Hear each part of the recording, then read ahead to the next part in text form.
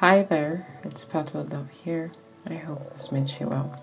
Today's scripture search will be taken from Genesis chapter 39, and we'll just talk briefly about the story of Joseph, and particularly about how his gift made a way for him.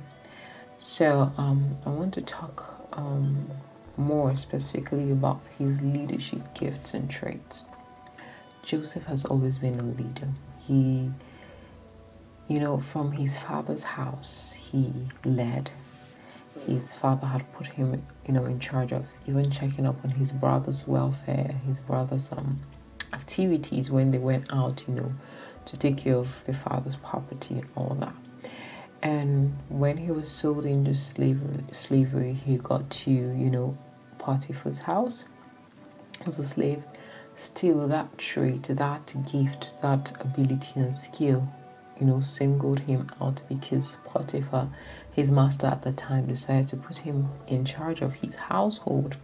Same thing when he was still taken to the prison. Still, there was that leadership. He was put in charge of the prisoners. And finally, when he got to the palace, leadership still, he was selected to, lead kind of a section of Egypt. Not a section of Egypt, he actually led in Egypt. He was described as the second person after Pharaoh. So we can see how Joseph's gifts, his skills, his ability, made a way for him, and it was consistent throughout. As a believer today, find your gifts, discover them. What is that ability, that skill that the Lord has given you that you're naturally good at. Develop it, work in it, because God is going to use that, for his good, for his purpose, and for your blessing as well.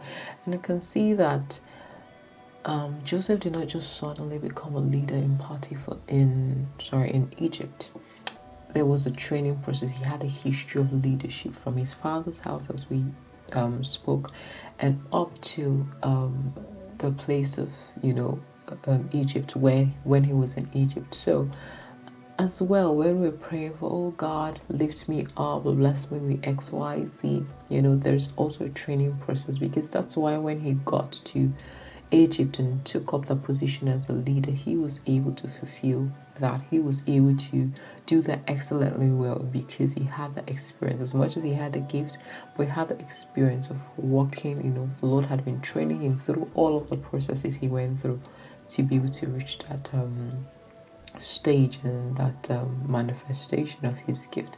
So as believers, we should also be open to the training process. What is it in your life today that you're looking at and it's like you keep experiencing that thing, or like sometimes it can even come in form of challenges. The Lord is training you, preparing you for something great in the future. So don't lose hope. Don't allow anything dull or stop you from hiding or stop you from manifesting the gift. Don't hide the gift. Keep working in it, and through it, the Lord will make a way for you. So that's the word for today. Have a beautiful week.